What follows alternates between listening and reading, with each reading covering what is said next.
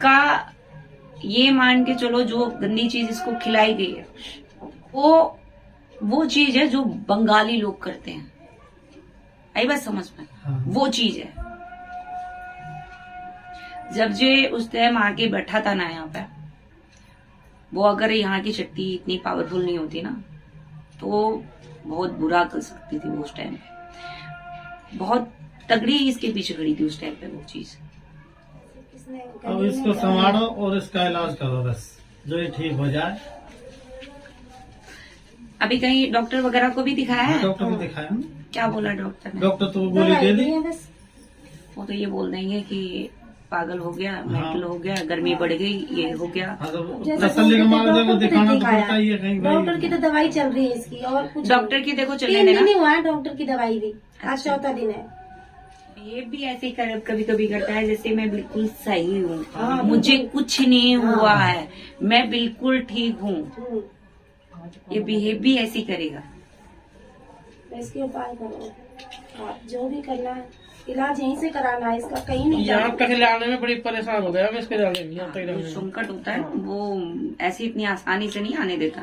अरदास लगा देते तो चाहे आ भी जाते आराम से, बिना अरदास के नहीं संकट आने देते।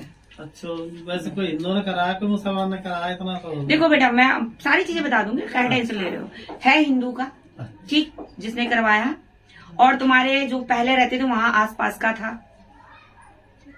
और दूसरी चीज, एक बुलाक छोड़ा गया है इसके ऊपर। और बुलाक मतलब कि जिसको बच्चा होता है, ठीक है, वो बुलाक कभी जल्दी से कोई काट नहीं कर सकता है। बुलाक भी छोड़ा गया है। इसको कभी कभी ऐसा लगता है जैसे कोई लड़का खड़ा हुआ है, ठीक है ना, ये अपनी माइंड से वो काम पूरा नहीं कर पा रहा है जो इसको सोचने की शक्ति दे कोई चीज। अभी अगर जिन जैसे थोड़ा बहुत नॉर्मल भी है ना, तो अभी तुम 10 मिनट बाद इससे कोई चीज पूछोगे ना, वो चीज माइंड से हट चुकी होगी इसके। कभी कभी बहुत अच्छी बातें करता है क्योंकि वो चल रहा है इसके माइंड में, इसलिए हटेंगे कहाँ से। उनकी बीवियां को नहीं किया ये सब। और उसके अलावा इसके ऊपर एक चीज नहीं है, जो एक चीज हो तो तुम उस चीज को पकड़ लोगे। ये कभी कभी ऐसी चीजें चेंज कर लेता है कि जैसे पहले सबसे पहले अपनी कुल घर के जो देव देवता होते हैं ना, उनको घर के देव देवतन को पहले मनाओ। सबसे पहले तुम्हारा काम है घर के देव देवतन को मनाना, ठीक है। जब घर के देव देवता खड़े नहीं होंगे तो बाहर की कोई चीज काम नहीं करेगी, चाहे किसी भी दरबार की शक्ति हो, चाहे किसी मंदिर की शक्ति हो, कोई काम नहीं करेगी जब तक घर के देव देवता खड़े नहीं। तो पहले अपनी कुलदेवी को अरदास लगाओ, जाके अपने पितरों की पहले अरदास लगाना, तब ये शांत होगा। नहीं ऐसे ही बिछलता रहेगा ये। अब की बार तो आ भी गया, अगले बार से आएगा भी नहीं, ठीक है। तो वो तुम देख लो, अगर तुम करो तो ही करना, क्योंकि ये अभी इस तरीके से साथ सबसे भूल यही होती है। जैसे आज जो स्थिति पे तुम लोग गुजर रहे हो ना, क्यों गुजर रहे हो? क्योंकि सबसे पहली भूल तुम्हारे घर से हुई है। तुम्हारे ना तो कुल देवता खड़े हैं तुम्हारे साथ में, ना पितृ खड़े हैं, ना तुम्हारी कुल देवी खड़ी है। तो भाई इसको दिक्कत नहीं हो तो कौन खड़ा है? खड़ा होता तो दिक्कत ही नहीं होती, कोई कर ही नहीं पाता।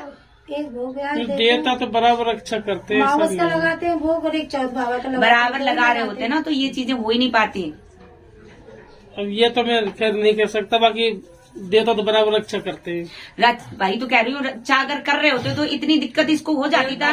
पूर्ण रूप से अभी काम नहीं कर रहे हैं, अगर काम कर रहे होते तो इतनी ऊर्जा, इतनी जो परेशानी घर में आ रही ना, वो नहीं आ पाती। क्या होता है जब पूर्ण रूप से खड़े होते हैं वो बाहर, जैसे तुम्हारे कुल देवी खड़ी है बाहर, ठीक है, तुम्हारे पितृ खड़े हैं बाहर, तुम्हारे घर के कुल देवता खड़े हैं बाहर, तो ये बताओ कोई निगेटिव चीज घर के अंदर एंट्री कैसे करेगी? आप बताओ मुझे, इस बात का जवाब दो।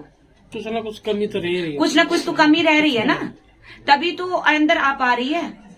कहीं ना कहीं कुछ ना कुछ तो गड़बड़ हो रहा है। तो मेरे को तो दो दिन में बोला कि तुम क्यों जगह जगह भटकते अपने घर के देवता के जाके। तो मैं यही बोल रही हूँ, तुम पहले अपने घर के कुल देवता देवी को मनाओ, उनको बोलो, उनसे बोलो, उनसे कहो, वो अपने आप काम करेंगे, तभी बाहर का काम करेगा। जब तक घर का काम खड़ा नहीं होगा तब तक बाहर की, जहाँ तुम कहीं भटक लेना, कोई शक्ति काम नहीं करेगी।